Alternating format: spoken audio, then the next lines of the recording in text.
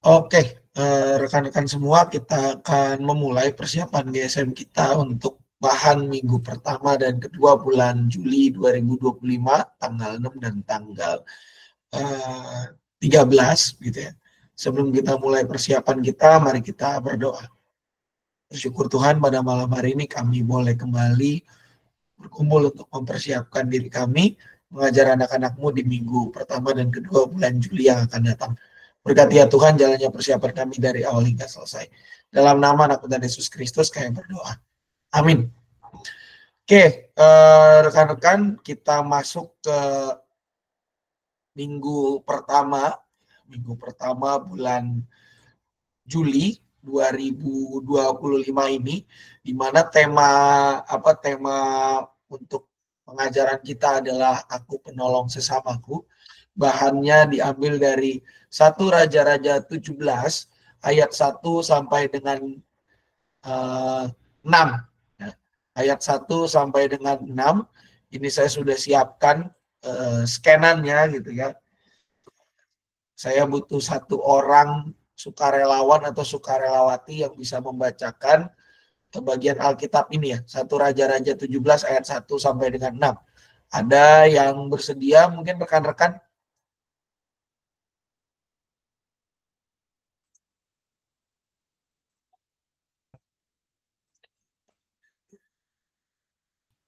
Marcel, Pak.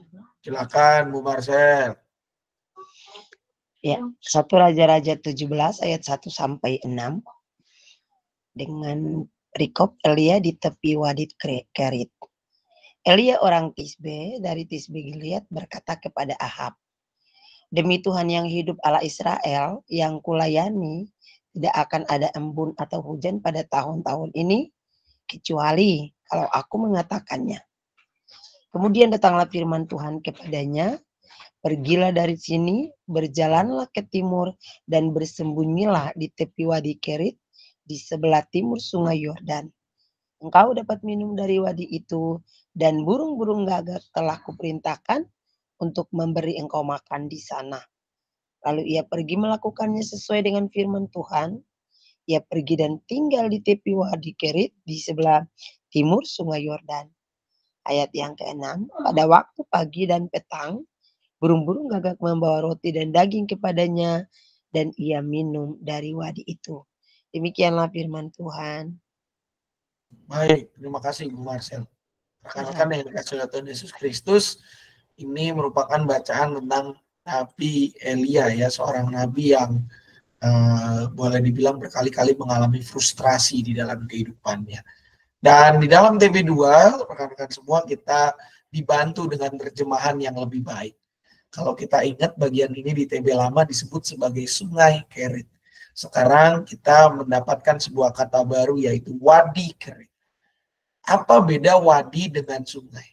Kalau kita membaca di Kamus Besar Bahasa Indonesia, Bapak Ibu Saudara-saudari, wadi itu memang ada beberapa makna ya di sini gitu ya. Ada pekasam daging gitu ya, lalu juga ada tetesan terakhir, lalu ada sungai kering di padang pasir, ada juga makanan yang terbuat dari fermentasi ikan, direndam dari dalam air garam, didiamkan beberapa hari sampai menjadi lembek, asam dan bau yang nyengat, digoreng sebelum dimakan. Namun yang lebih tepat dengan kata wadi yang dipakai dalam Alkitab kita itu adalah wadi yang bermaksud seperti ini. Sungai kering di padang pasir baru berisi air jika hujannya turun. Sehingga ketika kita melihat bacaan ini, Elia di tepi wadi Kerit, berarti Kerit itu adalah sebuah sungai yang tidak selalu ada airnya. Jadi memang Bapak Ibu Saudari, kalau kita ingat di daerah Afrika dan dari daerah Timur Tengah atau sebutannya Timur Dekat kuno, Asia Barat, itu ada beberapa daerah yang boleh dikatakan iklimnya kering atau beriklim gurun. Arab Saudi, Israel, Suriah, Irak, Iran, dan sekitarnya. Ada beberapa daerah yang memiliki padang gurun, pasir, gitu ya, perbatasan dengan Afrika. Padang gurun itu kalau nyampe ke musim hujan, maka ada beberapa daerah yang diisi oleh air. Nah, itu yang disebut sebagai wadi. Nah, berarti Kalau kita lihat dari ayat yang pertama, kondisi Elia yang berada di di tepi Wadi Kerit, kenapa dia bisa bersembunyi di sana? Karena yang biasanya sungainya ada air, sekarang tidak berair. Airnya hanya sedikit. Ya. Saya pernah lihat satu kali video berita zaman dulu ya, kekeringan. Kalau waduknya kering, asap gitu, airnya turun. Nah itu ada sisa-sisa air sedikit di situ. Nah, ini juga kondisinya terjadi. Bahwa engkau dapat minum dari wadi itu. Ya. Dapat minum berarti minum tapi dalam kondisi yang tidak banyak, kondisi yang terbatas.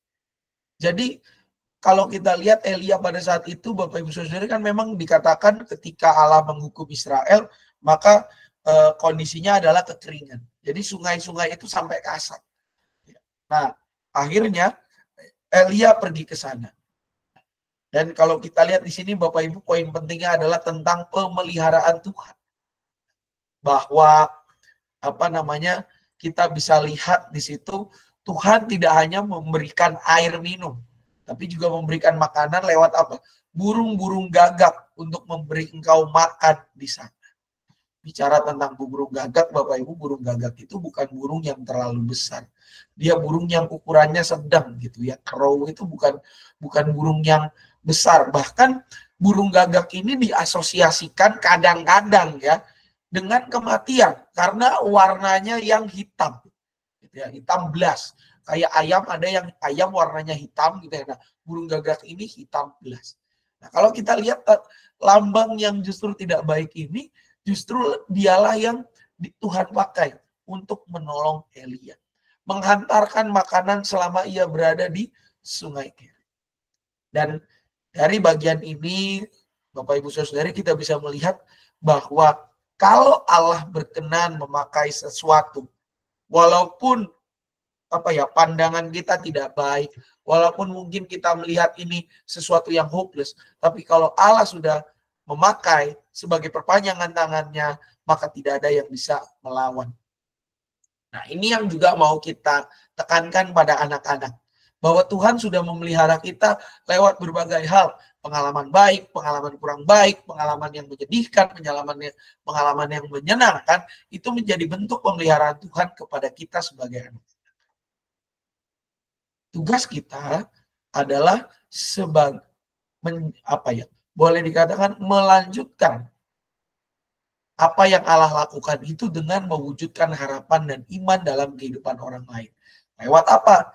Lewat aksi kita yang mau menolong sesama, mau peduli terhadap sesama. Tidak self-center, tetapi mau melihat orang lain. Tidak berpikir hanya untuk diri sendiri, tapi juga mau memikirkan kehidupan komunitas bersama-sama. Kita harus tahu dan harus ingat, Bapak Ibu Saudara, dari zaman sekarang ini kan zaman yang mendorong setiap kita untuk menjadi pribadi individualis. Karena semua dunia kita itu ada di dalam genggaman. Kita nggak perlu orang lain untuk mewujudkan sesuatu, kita bisa berjalan sendiri. Nah, ini yang mau kita ingatkan kepada anak-anak. Untuk supaya mereka mau berani menolong sesama. Tidak membiarkan sesamanya berjalan sendiri, tidak membiarkan sesamanya hancur, tetapi mau menjadi pribadi yang menolong mereka. Menolong anak-anak. Karena Tuhan sudah memelihara mereka dengan begitu rupa. Allah telah memakai apa yang ada di sekitar kita untuk menyatakan kepeduliannya. Tugas kita adalah menyatakan kepedulian dan pemeliharaan Allah itu lewat upaya kita menjangkau teman-teman kita. Sebab Allah memakai dan mengutus kita kepada dunia ini untuk menyatakan kepedulian dan pemeliharaannya. Nah, ini yang semakin dinyatakan di dalam ayat hafalan kita. Nah, Bapak Ibu Saudara-saudari, perlu diingat, ayat hafalannya diubah. Nah, kalau kita lihat minggu ini yang disarankan ayat hafalannya adalah Galatia 6 ayat 2. Ya, di minggu itu.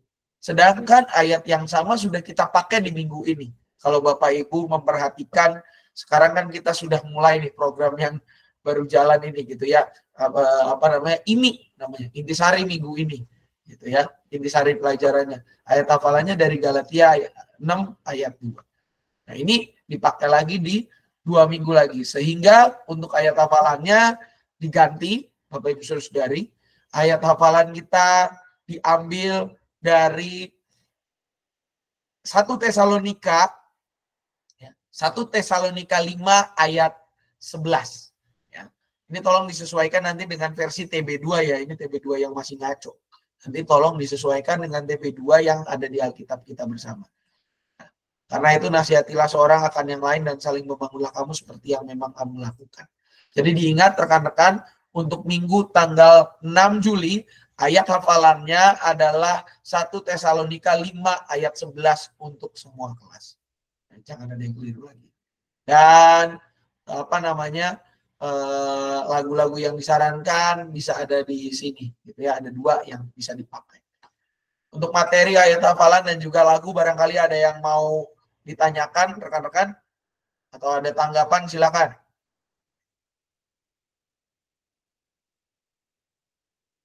Aman semua?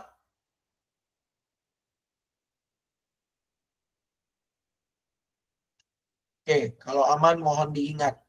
Ayat hafalan tidak diambil dari Galatia 6 ayat 2, melainkan dari 1 Tesalonika 5 ayat 11. Ya. Jangan pada saat di draft nanti ayat hafalannya masih dari Galatia 6. Diganti ya, berarti nggak nonton videonya. Dan untuk untuk aktivitasnya rekan-rekan, untuk yang untuk yang kelas Batita, kelas Daniel, Esther, Daud dibagikan seperti ini ya, gambar seperti ini. Elia di Sungai Kerit. Burung gagak memberi makan roti kepada Elia. Gitu ya. Dan ini yang kelas Daniel, Esther, Daud. Dan juga untuk kelas yang lebih besar, Yeskiel dan Musa, untuk aktivitasnya adalah yang ini, gitu ya. Bisa dibuat seperti ini, gitu ya. Nanti masuk ke kardus kita kan ada banyak nih, gitu ya. Nah ini siapkan sebuah kotak, lalu juga ini untuk kelas Yeskiel dan Musa, tuliskan satu persatu kesulitan yang sering dialami, masukkan, lalu diacak. Nah, setelah mereka diacak, nanti mereka ambil satu, nanti mereka lihat, ini gimana kalau misalnya ketemu banyak tugas. Gimana cara kita mengatasi problem ketika banyak tugas? Apa yang harus kita lakukan? Nah, kenapa aktivitas ini menjadi penting, rekan-rekan? Karena kita mau menanamkan kepada anak-anak, khususnya yang sudah di kelas Yeskiel dan juga kelas Musa ini, problem solving, gitu ya. Problem solving, tetapi dengan cara yang baik, karena mereka ini rata-rata anak-anak di usia itu zaman sekarang mereka tidak memiliki kurang memiliki kecakapan untuk menyelesaikan sorting problem. Ketika mereka takut diomeli, maka yang mereka lakukan adalah menutup diri, gitu ya, seolah-olah menyatakan segala sesuatunya baik-baik saja. Nah, kita mau bilang kita nggak bisa seperti itu. Justru kalau takut diomeli, apa yang harus kita lakukan, bahwa kita itu harus punya cara pandang yang berubah. Ya. Pengen banget disukai, emang sih bagus ya disukai orang. Tapi kalau disukainya justru kayak orang yang akhirnya melakukan segala cara untuk disukai, konten-konten negatif akhirnya dilakukan juga sama mereka. Itu nggak bagus juga.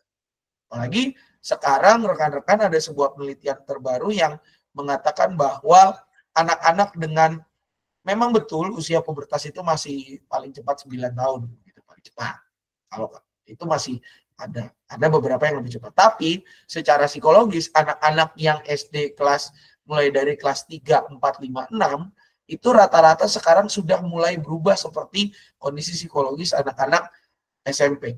Karena apa? Karena adanya percepatan teknologi. Anak kelas 1, 2 SD aja kadang-kadang bisa lebih tua dari seharusnya di dalam hal pengetahuan, di dalam hal omongan-omongan. Ya, karena apa? Karena perkembangan dunia. Nah, kita mau ajak anak-anak ini supaya mereka bisa mensortir masalahnya. Ketika menghadapi masalah, mereka nggak lari, tapi mereka menghadapi, mereka mencari cara yang tepat di dalam kebenaran firman Tuhan, dan itu akan menjadi bekal buat mereka di masa depan. Mengingat bahwa Tuhan senantiasa memenuhi, Tuhan senantiasa menolong, bahkan Tuhan akan terus mendampingi mereka menghadapi hari-hari yang tidak mudah seperti Ia mendampingi Nabi Elia. Itu untuk aktivitasnya. Rekan-rekan, ada yang mau ditanyakan? Atau ada respon? Atau ada yang merasa ini kegampangan? Silakan.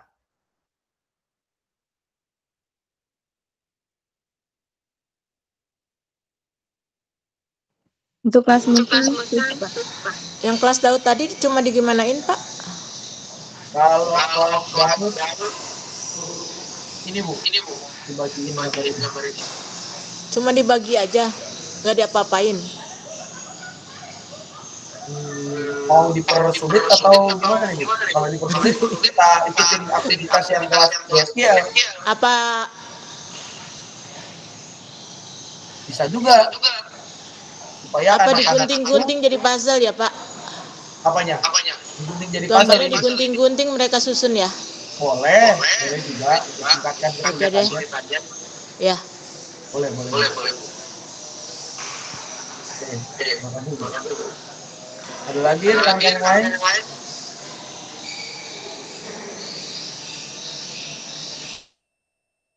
Ada respon lagi rekan-rekan yang lain? Kelas Musa sesuai tadi aja, Pak. Setuju saya. Terima kasih. Oh iya Bu, kelas Musa yang ini. Yang bawah ini yang ada kotak. Ya, problem solving. Ya, makasih. Oke, sama-sama Bu. Jadi diingatkan sekali lagi ya rekan-rekan, aktivitasnya untuk kelas YSKL dan Musa bagiannya yang ini. Ya. Nanti kita lihat mereka problem solvingnya seperti apa. Kalau problem solvingnya misalnya takut diomeli, ya udah saya berbohong aja. Nah itu harus dikoreksi itu. Ya. Badan berubah, merasa aneh karena mulai tumbuh beda. Nah itu gimana mereka menghadapinya? Bingung pilih mana? Nah itu kita harus tolong juga. Karena boleh dibilang generasi ini, saya juga sharing beberapa kali sama orang-orang, banyak anak-anak yang kita layani hari ini bukan berada dalam kondisi yang fine-fine saja gitu ya. Banyak faktor yang membuat mereka ada sebagaimana ada hari ini. Faktor yang pertama, faktor percepatan teknologi informasi. Di mana itu mau tidak mau, suka tidak suka membuat mereka dewasa, bukan dewasa bahkan, tua sebelum waktunya. Gitu ya. Anak-anak kelas 1 SD sudah nonton hal-hal yang belum harusnya mereka tonton, mendengar hal-hal yang seharusnya belum mereka dengar, karena mereka sudah tua sebelum waktunya. Dan yang kedua juga pergeseran pola asuh. Ya.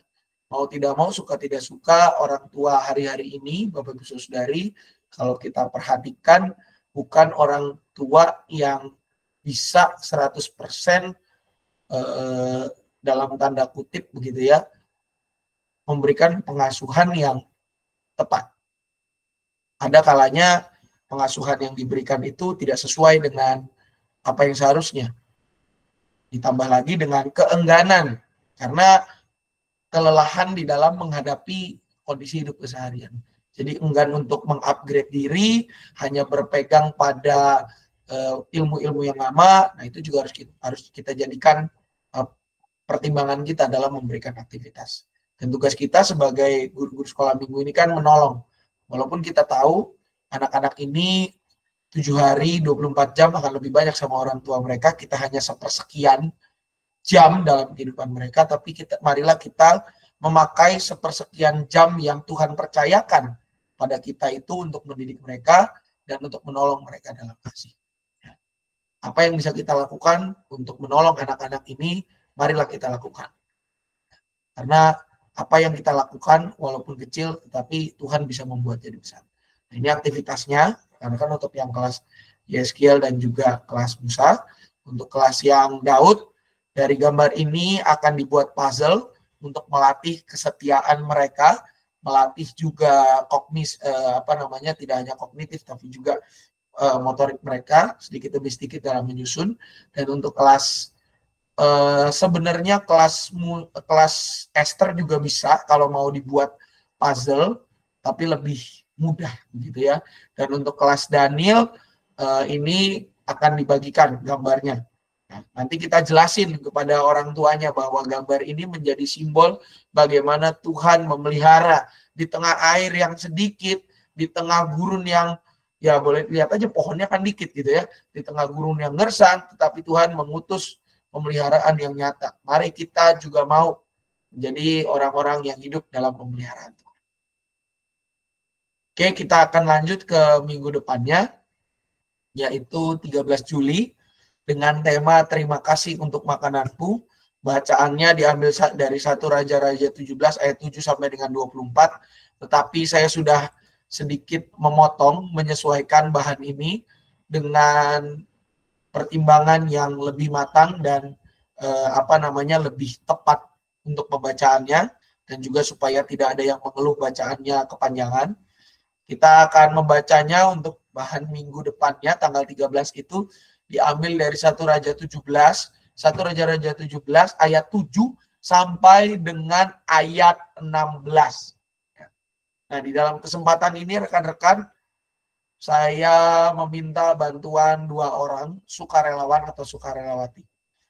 Orang yang pertama membacakan dari ayat 7 sampai dengan ayat yang ke-12.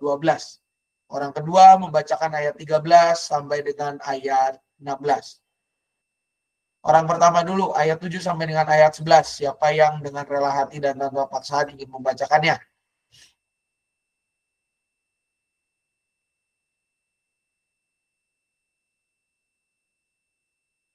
Boleh saya, Pak? Boleh, Mas Tirna ayat 7 sampai 11. Orang kedua ayat 12 sampai dengan ayat 16. Siapa yang bisa membacakan ayat 12 sampai 16?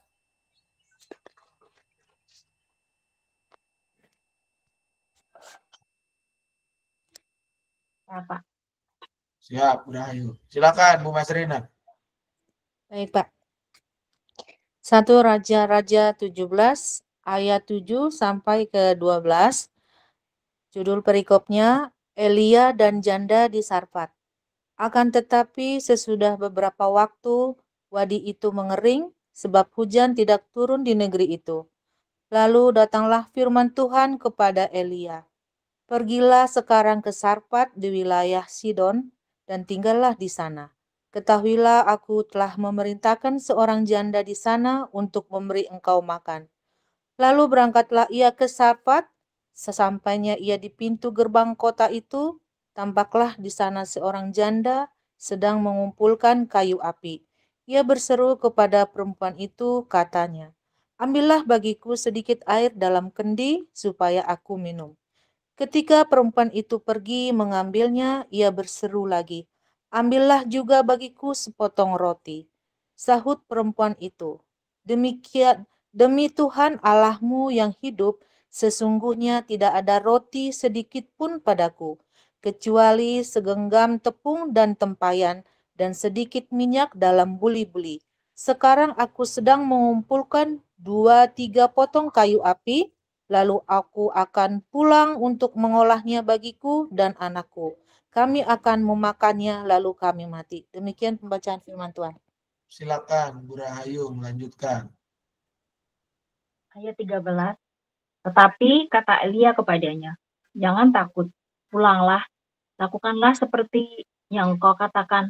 Hanya saja buatlah lebih dahulu bagiku sepotong. Roti bundar kecil dari tepung itu dan bawalah kepadaku. Sesudah itu barulah kau buat bagimu dan anakmu. Sebab beginilah firman Tuhan Allah Israel. Tepung dalam tempayan itu tidak akan habis, dan minyak dalam buli-buli itu tidak akan berkurang sampai pada waktu Tuhan memberi hujan ke atas muka bumi." Perempuan itu pun pergi dan melakukan seperti yang dikatakan Elia. Perempuan itu dan seisi rumahnya serta Elia mendapat makanan hari demi hari. Tepung dalam tempayan itu tidak habis dan minyak dalam buli-buli itu tidak berkurang, seperti firman Tuhan yang disampaikannya dengan perantaraan Elia. Demikian firman Tuhan. Terima kasih rekan-rekan yang telah membacakannya. Baik, rekan-rekan semua, bacaan ini juga bacaan yang nggak asing ya. masih menjadi kelanjutan. Kalau bicara satu raja-raja berarti kan ada peran Elia juga di sana. Nah, di dalam bagian ini rekan-rekan, setelah Elia itu berada di Wadi Sungai Kerit gitu ya. Ini kan lama-lama air itu lama-lama jadi kering. Jadi karena kita sudah tahu wadi itu bukan sungai yang punya constant flow, jadi dia hanya temporary flow, hanya waktu-waktu tertentu saja dia terisi air. Maka ketika air sungai di Wadi Kerit itu menjadi kering, akhirnya Allah memerintahkan Elia untuk melanjutkan perjalanan ke daerah namanya Sarfat. Ya. Sarfat itu adalah sebuah kota kecil. Dia di antara Tirus dan Sidon. Ya. Kalau kita bicara dekat Tirus dan Sidon, ini kan kayaknya Tuhan Yesus juga pernah ke sana nih. Gitu ya. Ada satu kali Tuhan Yesus itu berjalan ke daerah Tirus dan daerah Sidon. Nah, di kota kecil inilah Allah menunjukkan pemeliharaan tidak hanya kepada Elia, tapi juga kepada orang yang Tuhan tunjukkan kepadanya, yaitu siapa? Seorang janda. Ya. Seorang janda sedang mengumpulkan kayu bakar. Ini bukanlah pertemuan yang kebetulan, melainkan ini pertemuan yang sudah dirancang oleh Tuhan. Dan kenapa Allah sudah merancang pertemuan itu? Karena Bapak Ibu Saudari, zaman itu janda itu boleh dikatakan orang yang hidup hanya berdasarkan pemberian dari negara.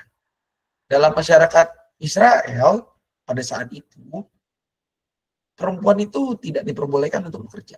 Jadi mereka itu hanya makan seperti kalau kita ingat di dalam kitab Rut, gitu ya. Mereka itu hanya boleh makan dari sisa-sisa yang ditinggal, karena orang Israel itu kalau panen itu nggak bisa bersih banget gitu ya. Jadi kalau misalnya ada yang jatuh tertinggal, ya udah itu biarin aja. Itu buat orang, itu jatahnya para janda-janda dan anak yatim untuk mengambil bagian itu. Nah, mereka itu hanya makan ya boleh dibilang serabutan. Makanya di dalam bagian ini ketika Elia berjumpa dengan janda di Sarfat dan meminta air, dia masih kasih air karena dia tahu ini adalah utusan Tuhan, harus saya jamu. Nah, air oke lah. Tapi ketika dia meminta roti, nah mulai mikir, kita udah nggak punya makanan, saya aja buat makan saya aja nggak cukup. Ini saya lagi ngumpulin, tinggal sekali makan beres. Kami akan memakannya lalu kami mati. Kenapa dikatakan mati? Karena di sini mereka tidak akan punya makanan lagi. Kekeringan melanda seluruh negeri. Tidak ada yang panen gagal. Berarti kalau panen gagal, para janda dan para anak yatim itu, yatim piatu itu tidak bisa mengambil hasil panen yang tersisa di ladang-ladang. Mereka nggak dapat makanan. Udahlah mereka nggak dapat makanan, stoknya tinggal sedikit ya sudah. Mau apa lagi? Matilah. Nah, di dalam kesempatan inilah, Bapak Ibu Saudara-saudari, Tuhan melalui Elia menyampaikan janji penyertaannya. Bahwa apa yang mereka miliki itu tidak akan habis sampai kepada hujan sudah mulai turun. Tapi dengan satu syarat, Elia mengatakan, tolong buatkan dulu bagiku sepotong roti bundar kecil. Kenapa Elia meminta seperti itu? Karena itu menjadi tanda ngetes dulu. Kan dibilang, kalau kita baca secara ini, kecuali segenggam tepung dalam tempayan dan sedikit minyak dalam buli-buli. Segenggam tepung bikin roti itu paling bikin cuma bisa satu. Jadi apa? Elia bilang ya udah, itu sisanya yang sedikit itu udah aku aja yang makan. Yang nanti Tuhan berikan itu kamu yang makan. Tepung dalam tempayan itu tidak akan habis dan minyak dalam buli-buli tidak akan berkurang sampai pada waktu Tuhan memberi hujan ke atas kamu. Ketika Elia menyatakan bikinkan dulu aku sepotong roti bundar kecil, itu menguji karena memang sebenarnya tepungnya cukup buat itu. Jadi si janda di Sarfat ini diuji oleh Elia. Dan itulah yang dia lakukan juga. Ya sudah, saya bikin.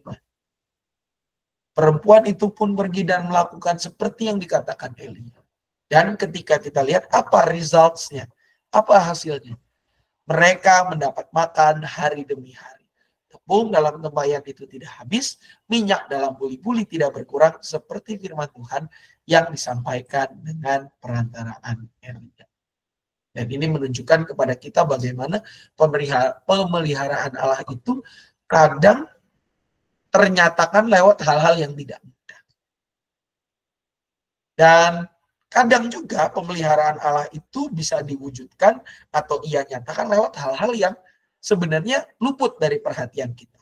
Makanan yang kita konsumsi, lalu juga minuman yang kita konsumsi, makanan yang mungkin buat anak-anak tidak enak, gitu ya. Yang mungkin hari itu orang tuanya belajar masak atau apa ya, wah nggak enak nih kan rata-rata anaknya jadinya ngeluh. Melalui materi ini apa yang mau kita ajar? Kita mau mengajarkan anak-anak untuk bersyukur. Enak nggak enak, suka tidak suka, belajar bersyukur atas apa yang Tuhan berikan. Karena apa? Karena disitulah kepedulian Tuhan dinyatakan. Kalau kita nggak bersyukur atas hal itu, maka kita menolak kepedulian Tuhan. Kalau kita menolak kepedulian Tuhan, berarti kita menentang Tuhan. Kalau kita menentang Tuhan, berarti kita berdosa sama Tuhan. Premisnya begitu. Dan ketika kita bersyukur atas apa yang Tuhan nyatakan, kecil, besar, nyaman, tidak nyaman, kita mewujudkan hidup yang berkenan kepada Tuhan. Karena Tuhan mengundang kita untuk senantiasa bersyukur atas apa yang Ia nyatakan. Nah, ini yang juga semakin ditegaskan dalam ayat hafalan kita, rekan-rekan. Ini saya bingung, kenapa sahabat anak bikin ayat hafalan itu yang aneh-aneh tapi nggak kena juga gitu ya. Kalau di bahan kita dari Mazmur 104 ayat 27. Tapi supaya ini menjadi lebih baik dan lebih tepat, apalagi dengan tema bersyukur serta mau bersaksi atas rasa syukur itu, ayat hafalannya kita ganti ke Mazmur 9 ayat 2. Nanti tolong disesuaikan dengan kata-kata dalam TB2 yang ada di Alkitab, Bapak Ibu Saudara-saudari sekalian. Ya. Ini TB lama. Di online adanya TB lama soalnya. Kalau TB2-nya belum ada versi online, jadi saya belum bisa menayangkannya. Ya. Bersyukur kepada Tuhan dengan segenap hati, menceritakan perbuatan yang ajaib. Nanti tolong disesuaikan dengan kata-kata dalam TB2. Sekali lagi Bapak Ibu, ayat hafalan tanggal 13 Juli adalah Mazmur 9 ayat 2 untuk semua kelas. Dan untuk lagu-lagunya bisa dilihat di sini gitu ya. Burung pipit tidak menanam. Terima kasih Tuhan untuk makanan pun ini saya nggak tahu. Zaman saya dulu sekolah minggu kayaknya belum ada. Ya, nanti bisa diganti yang lain. Ada tambahan atau pertanyaan atau tanggapan mengenai materi dan juga ayat hafalan?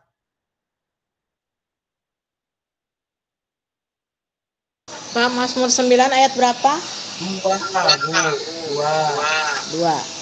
Ya. Oke. Oke, ada lagi? Kalau nggak ada lagi, kita lanjut kepada aktivitas. Aktivitasnya, rekan-rekan semua, untuk yang kelas Daniel sampai dengan Daud, main bermakanan bersyukur. Ininya nggak usah, nomor 1 nggak usah. Jadi nomor 1-nya kita akalin pakai apa? Sederhana. Kita mau ajak anak-anak ingat apa yang mereka makan. Tadi pagi makan apa adik-adik sebelum ke sekolah minggu? Contohnya ada yang belum makan gitu ya.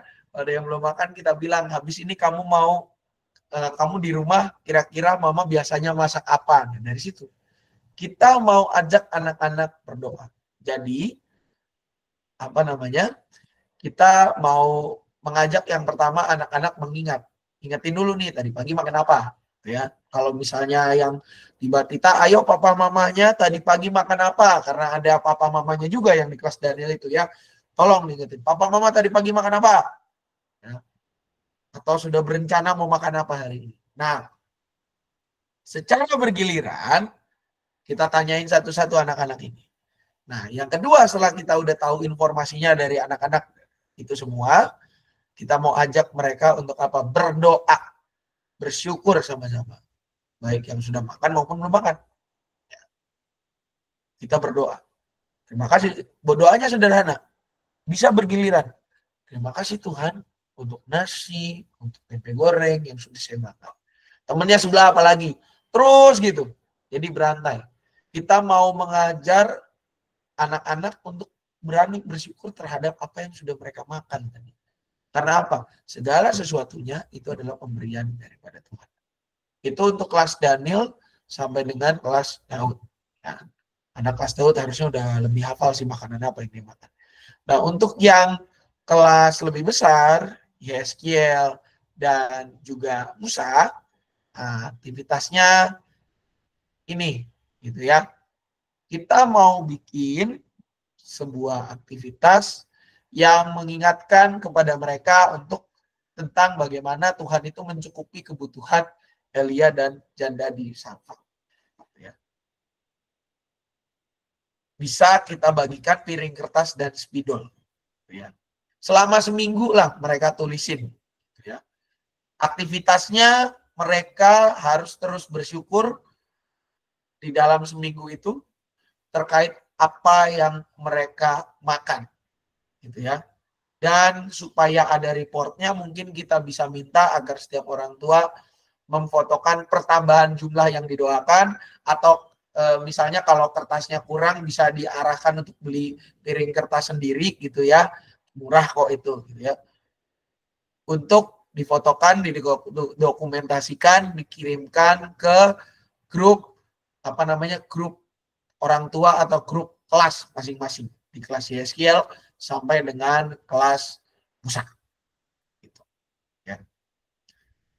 Aktivitas aman rekan-rekan semua? Atau ada yang mau ditambahkan atau mau ditingkatkan kesulitannya? Silakan.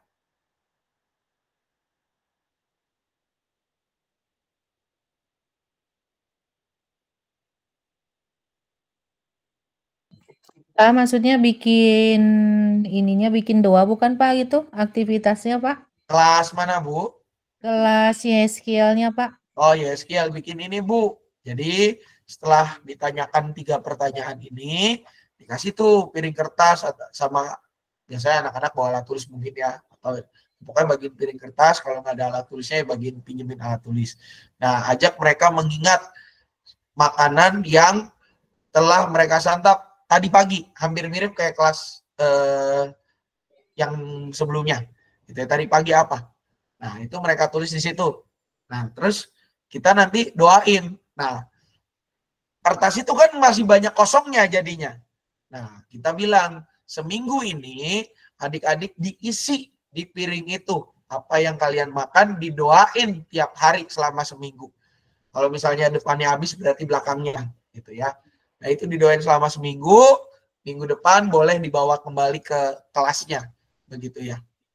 Gitu Bu, kurang lebih aktivitasnya. Pak, itu maksudnya piring kertas itu kita cetak, gimana Pak? Dicetak untuk, kan itu seminggu ya Pak ya? Mungkin di-download kali ya Pak? Nggak usah Untuk, dicetak Bu, piring kertasnya aja. Nanti anak-anak tulisin aja kalau ini. jadi piring kertasnya disuruh anak-anaknya beli gitu Pak? Enggak, kita adain piring kertasnya dari kita. Kasih satu aja. Kalau mereka dalam perjalanannya nanti kurang, baru mereka beli sendiri, nambahin.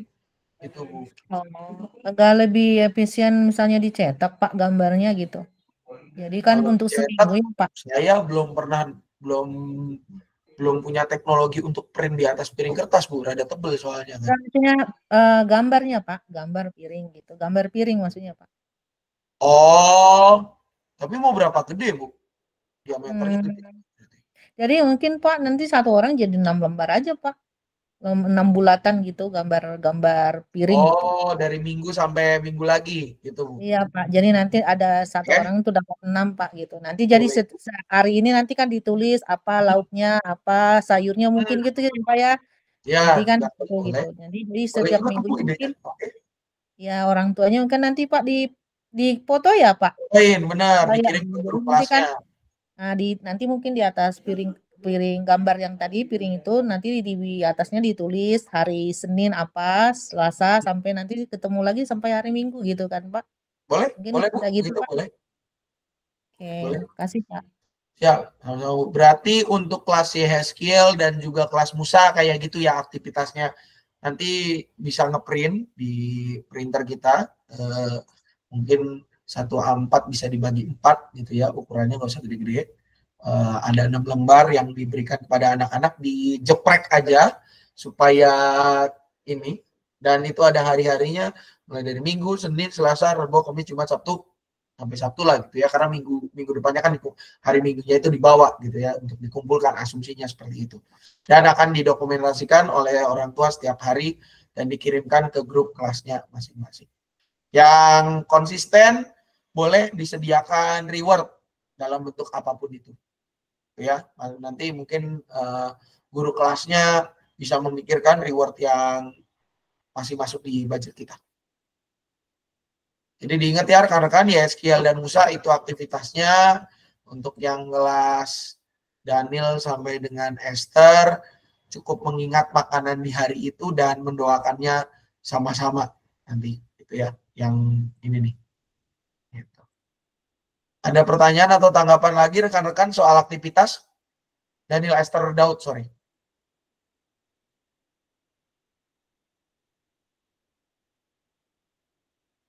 Aman?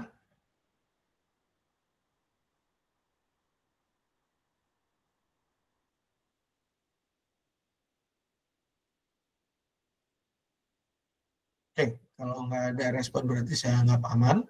Dan karena ini materinya juga sudah selesai, maka untuk persiapan selanjutnya kita akan lakukan pada hari Sabtu 12 Juli 2025. Ya. Hari Sabtu 12 Juli itu nggak ada apa-apa sih harusnya. Pleno klasis deh. Iya, pleno klasis 12 Juli. Wah, gara-gara tanggal 19 nih. Ya udah, kita jangan 12 Juli deh. Tanggal 12 Juli saya takutnya nyampainya kemalaman karena ada pleno klasis, digeser. Harusnya tanggal 19 tuh. Cuman ada hajatan di tanggal 19 jadi digeser ke tanggal 12. Gitu ya. Nah, kita persiapannya ya, Bu.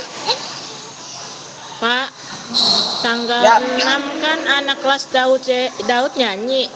Itu ada perjamuan kudus, tolong di ini loh Pak. Space-nya. Oh, anak kelas Daud berapa banyak, Bu? 38, 40 lah. Oh, 40 lah, banyak, Pak. Soalnya kan nggak ada PST, aman sih. Kita itu masih muat, Bu. Nanti bisa kita atur. Oke, jadi kita akan persiapan lagi tanggal 5 ya. Tanggal 5 Juli jamnya jam 7 malam seperti biasa gitu ya. Persiapan PSM. Tanggal 5 Juli jam 7 malam seperti kok jadi bayaran baru sih di gaji curug kok. Seperti biasa, nanti secara online linknya akan di-share ke kita semua. Gitu ya. Dan rekan-rekan mengingatkan kembali poin-poinnya. Yang pertama, jangan terlambat ikut kebaktian yang pagi. Ya, itu yang pertama. Yang kedua, rekan-rekan kelas jangan lupa dikunci. Kuncinya tolong ditaruh di gantungan yang sudah tersedia dengan nama-namanya, karena udah dinamain di situ pakunya, dan juga jangan sampai ketuker gitu ya, karena ada beberapa kelas yang gantungan kuncinya sudah hilang gitu ya, yang ada namanya. Jadi diakalin dengan tadi baru ketemu akal, yaitu memakai kertas yang dimasukkan ke dalam gantungan kunci gitu ya, untuk darurat. Mudah-mudahan kita punya rezeki lebih untuk bisa membuat gantungan kunci yang ada namanya, dan ditaruh, tolong rekan-rekan, kuncinya itu berdasarkan urutannya ya. Kelas Daud ya di tempat namanya kelas Daud, Kelas Daniel di kelas Daniel. Jangan kelas Immanuel di tempat Daniel, Daniel di tempat CCTV. Nah, itu udah berubah urutan tuh gitu ya. Bingung nanti gitu. Apalagi kalau udah nggak ada gantungan kuncinya itu. Nah, ini gimana nih gitu kan. Nah, tolong rekan-rekan yang kedua seperti itu, dan yang ketiga, dan di poin yang kedua juga adalah masih seputar penguncian kelas. Mohon setelah selesai kelas, kelasnya ditutup. Jadi kecuali ada pengecualian, kecuali dipakai untuk latihan nyanyi, paduan suara kah, untuk mengisi pujian. Nah, itu sok mangga agak dilanjutkan sedikit pemakaian kelasnya, jadi nggak apa-apa, nggak langsung dikunci. Tapi kalau kelasnya sudah selesai, tidak ada lagi aktivitas belajar mengajar, baiknya langsung dirapikan. Nanti kelasnya langsung ditutup, dikunci, nggak ada yang nunggu di situ. Kuncinya ditempatkan lagi di ruang guru sekolah minggu di gantungan yang sudah ada nama-namanya. Ya, nanti kalau ada bentuk versi gantungan yang lebih baik, kita akan afford gitu ya, kita akan coba buatkan lagi. Gitu ya. Nah, itu yang kedua. Dan yang ketiga, rekan-rekan jangan lupa kebersihan tetap dijaga, juga ini yang paling penting sih. Kalau ada pengadaan atau melihat ada barang yang rusak di kelasnya atau membutuhkan penambahan, ngomongnya ke saya atau ke Ciirin gitu ya. Jangan ngomong ke yang lain. Karena apa? Karena ya MJ pendampingnya kan kami berdua ini gitu ya. Kalau kami nggak tahu tapi orang lain tahu, kami loh kok kita dilewat gitu loh. Gimana gitu ya. Jadi rekan-rekan seperti itu, misalnya wah jam mati, nah ngomong dulu, bisa ngomong ke Ciirin atau bisa ngomong ke saya. Nanti kami yang akan berbicara ke unit-unit yang terkait. Gitu ya. Jangan langsung main bypass. Cukuplah jalanan aja yang di bypass atau tindakan medis yang melakukan bypass. Kalau informasi jangan di bypass. Gitu ya. Harus kita cek. Gitu ya. Dan juga diingatkan khususnya, sekali lagi, khususnya kelas Daniel. Tolong jangan ada peristiwa makan-memakan, minum-meminum di dalam kelas. Apapun yang terjadi. Karena apa? Karena rekan-rekan, ketika ada remah-remah makanan, itulah yang menyebabkan semut banyak masuk. Dan Daniel itu saya sering perhatikan, semut hitam itu lewat situ pasti. Logikanya, kalau semut hitam lewat, berarti ada sumber makanan yang dia bawa ke sarangnya. Atau yang kedua, dia nyarang di situ. Jadi supaya kita tidak kehabisan obat semprotan nyamuk itu, tolong rekan-rekan dihimbau. Karena apa? Karena ini sangat penting. Kalau semut, apalagi perlu diingat kelas Daniel itu rekan-rekan itu pakai karpet. Ya. Nyuci karpet nggak murah, 800.000 kemarin itu udah pakai diskon. Ya. Kalau kita tiap minggu nyuci, boncos. Dan juga pegel ngangkatinnya. Kalau ada rekan-rekan yang mau ngangkat atau mau donasi, kami sangat terbuka. Gitu. Tapi yang jelas, tolong, itu kelas dijaga kebersihannya. Jangan ada makan-makan, susu jangan sampai diberikan di situ, karena kalau sudah tumpah, jatuh ke karpet, itu akan mengundang semut yang bukan hanya warna hitam, tapi semut yang rang-rang, yang kalau gigit itu nyelekit.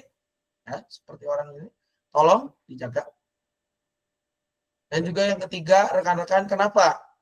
Jelas rules-nya berlaku untuk semua kelas sampai ke remaja-remaja. Rules-nya jelas di atas itu. Tidak boleh ada makan-makan di dalam ruangan.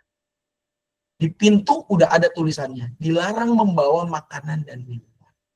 Anak-anak itu ketika nggak dikasih makan, nggak lewat di situ gitu kan. Kita juga mau menolong agar orang tuanya mempersiapkan anak itu mengikuti ibadah sebelum mereka masuk ke kelas. Jadi saya membutuhkan bantuan dari rekan-rekan untuk ketegasannya. Kalau memang rekan-rekan nggak bisa, nanti mungkin ya saya sama Ciirin yang akan turun gitu ya untuk mengatasi situasi-situasi itu. Karena apa? Karena rekan-rekan ingat, poinnya adalah kita punya apa yang ada pada hari ini kita nikmati untuk pelayanan, kelas yang sudah ada AC, karpet, speaker yang oke, menunjang pelayanan, ada televisi bahkan di beberapa kelas, ada mic di beberapa kelas, itu bukan dari kelebihan. Itu kita beli benar-benar dengan doa, seperti yang ditulis di pintu masuk gereja. Itu yang harus kita ingat. Kita membeli semuanya itu bukan dari kelebihan, tetapi dari kekurangan. Oleh karena itu, jagalah apa yang telah Tuhan percayakan pada kita. Pakailah itu untuk kemuliaan namanya. Dan jangan sampai kita justru melalaikan tugas untuk menjaga apa yang Tuhan percayakan kepada kita untuk dijaga. Itu 3 poin yang saya ingatkan. Dan mungkin poin keempat adalah tolong draft jangan malam-malam. Ya. Kasihan yang meriksa draft, kalau sudah lewat dan tidak bangun, bahaya itu. Gitu ya. Totonya dianggap draftnya belum kirim. Gitu ya. Kayak kemarin yang meriksa draft itu dari jam 7 dia sudah tertidur. Baru bangun-bangun jam 1:30 karena kebangun dengan otomatis. Untungnya masih keperiksa. Ya. Kalau nggak keperiksa, bahaya. Tolong rekan-rekan kita saling membantu, saling menjaga, sebab apa yang dipercaya, apa yang ada pada kita itu bukan milik kita. Itu milik Tuhan yang Tuhan percayakan untuk kita kelola, kita pakai, kita kembangkan untuk kemuliaan namanya, bukan untuk kemuliaan diri kita sendiri. Itu aja yang mungkin saya bisa sampaikan, dan jangan lupa rekan-rekan tolong disuarakan di kelasnya masing-masing untuk SAL dan juga Bina Pra Remaja. Tanggal 27 ada SAL dan juga Bina Pra Remaja. Tolong rekan-rekan bisa bantu dalam kegiatan ini, karena ini adalah kegiatan yang sangat-sangat berguna buat anak-anak, dan tidak hanya buat anak-anak tapi juga buat kita. Ya. Kita dapat pembicara kelas wahid untuk untuk Bina Pra Remajanya. Bukan pembicara kaleng-kaleng ini, tapi pembicara yang dengan segudang pengalaman. Kita bersyukur Tuhan menunjukkan kita pembicara yang baik, dan beliau bahkan suportif, sudah menawarkan langkah-langkah ke depan yang kita belum pikirin, tapi ketika dia ngomong, wah ini boleh nih, ini yang memang harus kita lakukan nih, bahkan jadi ada ide kegiatan buat bulan keluarga selangkah di depan. Dan juga untuk yang SAL ini, temanya bukan tema yang main-main, ini tema yang benar-benar mengingatkan kita tentang siapa sih murid-murid Yesus itu. Orang-orang yang benar-benar dibilang nggak qualified untuk pekerjaan yang akan mereka lakukan, tapi Tuhan perkaya dan Tuhan mampukan. Tolong disuarakan lagi di grup masing-masing, posternya di-share, kalau perlu orang tuanya diingatkan, udahlah, ngapain libur jalan-jalan, ini lebih bermanfaat. Jalan-jalan hanya menghabiskan biaya. Ini nggak dipungut biaya, gratis, bahkan istilahnya ini menjadi sebuah kegiatan yang memperkaya, bukan memiskinkan tapi memperkaya. Itu aja mungkin yang bisa saya sampaikan, karena kan ada lagi tambahan dari pengurus-pengurus yang lain, mungkin Cirin, Bu Santi ini atau rekan-rekan yang lain. Sam boleh nambah sesuatu. Ya, Bu Marcel silakan. Ini tentang kebersihan di kelas ya. Kadang-kadang khususnya di kelas Musa, misalkan ada kotoran di bawah bangku itu minggu depannya itu masih ada di situ. Apakah disapu atau bagaimana caranya? Pokoknya misalkan kita mau pulang ada sesuatu kotoran di bawah bangku.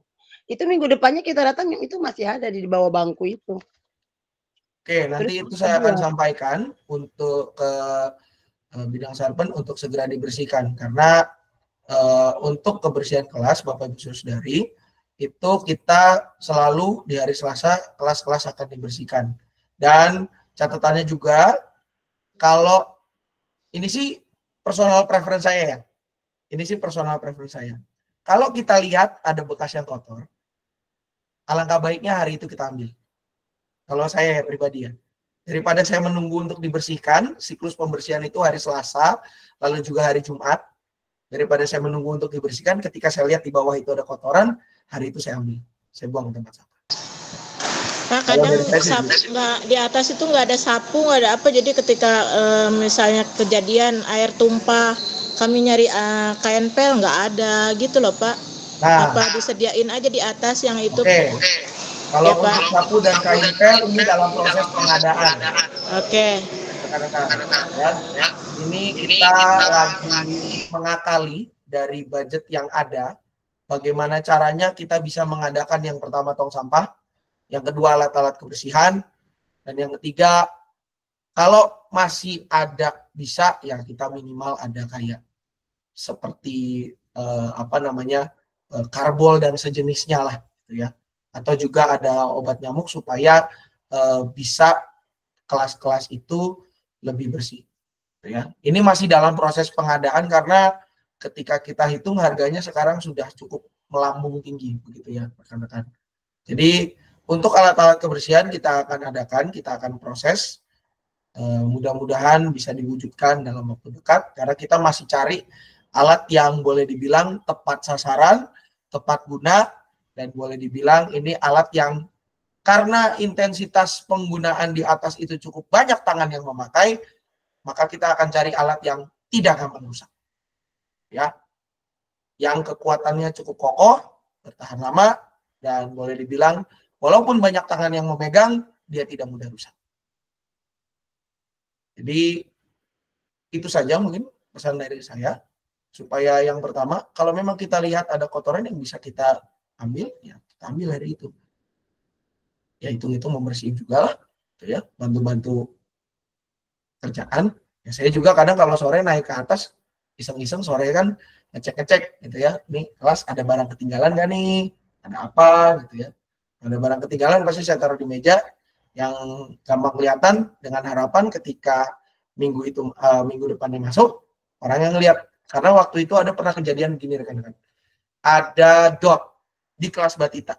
Itu ada dot, lalu juga ini ada bawahnya gitu ya. Ada botolnya itu ditutup. Posisinya tutup, ada sisa susunya sedikit kalau nggak salah. Terus saya nemu, saya taruh di meja yang dekat modem. Kan ada meja kaca gitu yang ada beberapa foto, nggak tahu foto siapa. Taruh di situ, udah dengan harapan minggu depannya diambil. Karena itu juga ada pernatas, taruhnya di situ. Nah, begitu minggu depannya ngecek lagi, dotnya nggak diambil, tasnya diambil. Berarti ya udah, ini dibuang. Ya, balik lagi rekan-rekan, gereja itu adalah rumah kita bersama. Maka perlakukanlah rumah kita yang sudah cukup indah, yang Tuhan izinkan untuk jauh lebih baik ini, dengan merawatnya sama-sama. Gitu ya. Kalau rumah kita aja kita bikin rapi, kita bikin bersih, mari kita juga menjaga kebersihan di tempat ibadah kita. Sama-sama kita bekerja. Ini bukan kerjaan saya sendiri, bukan kerjaan karyawan saja, tapi ini adalah bukan hanya kerjaan majelis jemaat saja, tapi ini adalah kerjaan kita bersama. Karena tetap aja rumah ibadah itu adalah rumah kita bersama. Tempat kita beribadah, tempat kita bersekutu bersama. Oke, saya pikir itu saja. Kalau sudah tidak ada lagi, kita akan tutup dengan doa. Mari kita berdoa. Kami bersyukur ya Tuhan, karena pada kesempatan malam hari ini, kami boleh mempersiapkan diri kami untuk mengajar anak-anak-Mu di minggu pertama dan kedua bulan Juli yang akan datang. Kiranya ya Tuhan, Engkau yang boleh menolong kami, mempersiapkan diri kami lebih lagi, agar apa yang kami persiapkan, apa yang kami pelajari bersama, boleh kami nyatakan dalam kehidupan keseharian kami. Jika kami akan berpisah ya Tuhan, kiranya Engkau yang menuntun kehidupan kami, biarlah semua hal yang akan kami kerjakan setelah ini hanya untuk kemuliaan nama-Mu saja. Dalam nama Anak Tuhan Yesus Kristus kami berdoa. Amin. Jangan lupa untuk menonton lagi tayangan ulangnya rekan-rekan di YouTube GKI Cicurug. Dan selamat malam, selamat melanjutkan aktivitas. Tuhan Yesus berkati. Selamat malam. Malam semuanya. Selamat malam, langsung keluar ya.